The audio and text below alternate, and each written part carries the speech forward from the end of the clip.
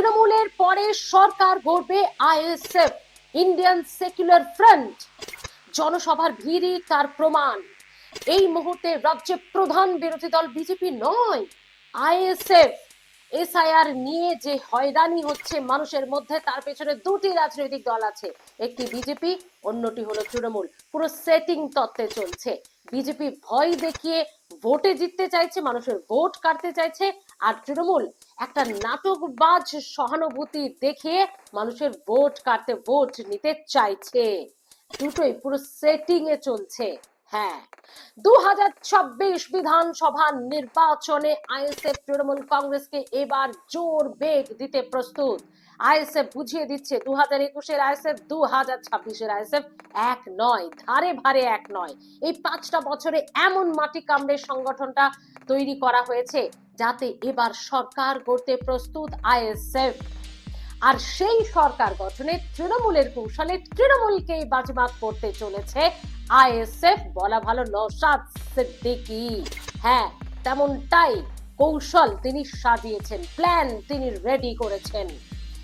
একেবারে পয়েন্ট ধরে ধরে বোঝাবো আপনাদের। 3টে পয়েন্ট বলবো, খুব মন দিয়ে শুনবেন বন্ধুরা। প্রথম পয়েন্ট, সংখ্যালঘু সম্প্রদায়ের ভোট, যেটা রাজনৈতিক বিশ্লেষকেরা বলেন তৃণমূলের ভোটে জেতার একটা প্রধান শক্তি। কারণ ওই 30% ভোট তৃণমূল নাকি পকেটে নিয়েই, নিশ্চিত হয়েই তারপর ভোটের ময়দানে নামে। তারা নিশ্চিন্ত যে 30% ভোট তাদের সঙ্গে আছে।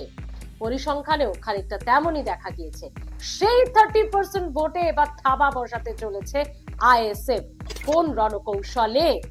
30% ভোটে নওশাদ সিদ্দিকী এবার বলছেন, রাজ্যে যদি ক্ষমতায় আসে আইএসএফ আপনাদের ভোটে, রাজ্যে কর্মসংস্থানে সবার আগে জোর দেওয়া হবে। মুসলিম সম্প্রদায় বা সংখ্যালঘু সম্প্রদায়ের ক্ষেত্রে তিনি একেবারে পয়েন্ট ধরে বলেছেন, রাজ্যে কর্মসংস্থান হবে, আর সেখানে 100 জনের যদি চাকরি হয়, 10 জন মুসলিমের চাকরি হবে, 10 জন সংখ্যালঘু সম্প্রদায়ের চাকরি হবে। অর্থাৎ কর্মসংস্থান, সংখ্যালঘু সম্প্রদায়ের মধ্যে কর্মসংস্থানকে দিয়েই সেই ভোটটা পুরোপুরি। দেখুন, কিছুটা শতাংশ ভোট তো অবশ্যই আইএসএফ এর আছে, সংখ্যালঘু সম্প্রদায়ের ভোট। কারণ যেখানে আব্বাস সিদ্দিকী প্রতিষ্ঠাতা, যেখানে নওশাদ সিদ্দিকী বিধায়ক, সেখানে সংখ্যালঘু সম্প্রদায়ের মানুষের ভোট যে তাদের পক্ষেও খানিকটা থাকবে সেটা তো বলাই বাহুল্য। কার্যত এইভাবে কর্মসংস্থান, শিক্ষা, নানান রকম সামাজিক ব্যবস্থা করে সংখ্যালঘু সম্প্রদায়ের 30% ভোটই নিজের দিকে টানতে প্রস্তুত নওশাদ সিদ্দিকী, বা বলা ভালো আইএসএফ। পয়েন্ট নাম্বার 2, মহিলা ভোট, যেটা তৃণমূলের অন্যতম প্রধান শক্তি ক্ষমতায় থাকার। আর সে কারণে 2011 থেকে যত প্রকল্প সরকার এসেছে, সরকার গঠন করার পর তার বেশিরভাগটাই লাভবান হয়েছে মহিলারা, মহিলা সম্প্রদায়ের মানুষ। এবং সব মিলিয়ে কার্যত মহিলাদের জন্য সব সময় সহানুভূতি, আবেগ দিয়ে এগিয়ে এসেছেন মুখ্যমন্ত্রী। কারণ পরিসংখ্যান বলছে 2025-এর অনুযায়ী রাজ্যে মহিলা ভোট কতটা। মহিলা রাজ্যে যদি আমরা সার্বিকভাবে 2025-এর জানুয়ারি মাসের পরিসংখ্যান দেখি, প্রায় 7.5 কোটির বেশি ভোটার হচ্ছে রাজ্যে। তার মধ্যে 3.5 কোটিরও বেশি মহিলা ভোটার। ভাবুন, সেই ভোটটাই যদি পাওয়া যায় তাহলেই তো বাজি মাত একেবারে। কি বলেন আপনারা? আর সেটাকেই পাখির চোখ করেছেন নওশাদ সিদ্দিকী। 5,000 টাকা করে এবার মাসিক দেওয়া হবে যদি 2026-এ ভোটে জেতানো হয়। মানে যে লক্ষ্মীর ভান্ডার তৃণমূলের হাতিয়ার। অনেক সমালোচকেরাই বলেন ওই লক্ষ্মীর ভান্ডারের জন্যই নাকি তৃণমূল ক্ষমতায় আছে, ওই মহিলা ভোটেই নাকি তৃণমূল ক্ষমতায় আছে। যতদিন লক্ষ্মীর ভান্ডার আছে ততদিন তৃণমূলকে কেউ কিছু করতে পারবে না। সেখানেই ঢুকে পড়েছেন নওশাদ সিদ্দিকী। বলছেন ওই 1,000-1,200 টাকায় কিছু হয় নাকি আজকাল। নারীদের আরো উন্নততর ভাবনা চিন্তা করতে হবে তাদের জন্য। 5,000 টাকা করে মাসিক ব্যবস্থা করে দেবে আইএসএফ যদি 2026-এ আইএসএফ ক্ষমতায় আসে। হ্যাঁ, শুধু তাই নয়, তাদের শিক্ষা, তাদের ক্ষমতায়ন, তাদের অধিকার, এই নিয়েও অনেক ভালো ভালো ব্যবস্থা থাকবে যদি আইএসএফ কে ভোট দিয়ে মহিলারা ক্ষমতায় আনে। মানে ওই যে লক্ষ্মীর ভান্ডার, পাখির চোখ। সত্যি রাজ্যে কি লক্ষ্মীর ভান্ডারের জন্যই তৃণমূল ক্ষমতায় আছে? কি বলেন আপনারা? দাঁড়ান, এখানে শেষ নয়, 3টে পয়েন্ট বলেছিলাম তো। থার্ড পয়েন্ট হচ্ছে এসআইআর। একেবারে ঘাম ছুটিয়ে দিয়েছে মানুষের। হ্যাঁ, উদ্দেশ্যটা মানে এসআইআর হলে ফ্রেশ এন্ড ফেয়ার একটা লিস্ট হবে, সেটা খুব ভালো, কিন্তু প্রক্রিয়াগত কিছু হয়রানির জন্য মানুষের না বিশ্বাস উঠেছে। উদ্দেশ্য মানে তার কার্যকারিতা ভালো হলেও তার প্রক্রিয়াতে সত্যি মানুষের এই মুহূর্তে না বিশ্বাস। তো সেই এসআইআর কোনো এসআইআর নয়, সেটিং 2021-এর কথা মনে করিয়ে দিয়েছেন নওশাদ সিদ্দিকী। ওই যে সিএএ, এনআরসি, তারপর সম্প্রতি হওয়া ওয়াকফ বিল, সেটাকে মনে করিয়ে বলেছেন বিজেপি এইসব এনে ভয় দেখায় মানুষকে, তোমাকে বের করে দেবো, ভোটাধিকার নিয়ে নেব, তোমাকে ডিটেনশন ক্যাম্পে পাঠিয়ে দেবো, আমাকে ভোট দাও আমাকে। আর আরেকজন বলে, মুখ্যমন্ত্রী সবসময় বলেন আমি আছি তো, কিচ্ছু হবে না কিচ্ছু হবে না, কিন্তু সব হয়ে যায় রাজ্যে। তার মানে একজন ভয় দেখিয়ে ভোট নিয়ে নিতে প্রস্তুত, আর একজন মিথ্যে সহানুভূতি দেখিয়ে ভোট নিতে প্রস্তুত। মানে দুটো দলের সেটিং তত্ত্বই এনআরসি, সিএ, ওয়াকফ বিল, বা বলতে পারেন আপনারা এসআইআর, এই সবগুলো তলে তলে সব ঠিক থাকে, এটা দাবি করেছেন নওশাদ সিদ্দিকী। কি বলছেন শোনাবো আপনাদের। তবে শুরুর দিকে যে কথাটা বলেছিলাম, রাজ্যে তৃণমূলের পর সরকার গড়বে আইএসএফ, জনসভার ভিড়ই তার প্রমাণ, এটা কিন্তু নওশাদ সিদ্দিকী বলেননি। কে বললেন এই বিস্ফোরক কথা, কে বললেন এতখানি চাঞ্চল্যকর দাবি, আপনাদের জানাবো তিনি কে। তবে তার আগে শুনুন নওশাদ সিদ্দিকী কি বলছেন, তৃণমূলের স্টাইলেই তিনি তৃণমূলকে কিভাবে টেক্কা দেবেন। আপনাদের জানিয়ে রাখি, আজকের রাজ্য সরকার যে বিচারিতা করছে সংখ্যালঘুদের সাথে, দলিতের সাথে, আদিবাসীর সাথে, সেই বঞ্চনা থেকে আমরা অবসান ঘটাবো। 100টা চাকরি হলে 10টা অনগ্রসর মুসলমান চাকরি পাবে, 22টা দলিত চাকরি পাবে, 6 জন আদিবাসী পাবে প্রকৃত। এর ব্যবস্থা আমরা করবো যদি 2026 সালে আমাদেরকে নিয়ে আসা হয়।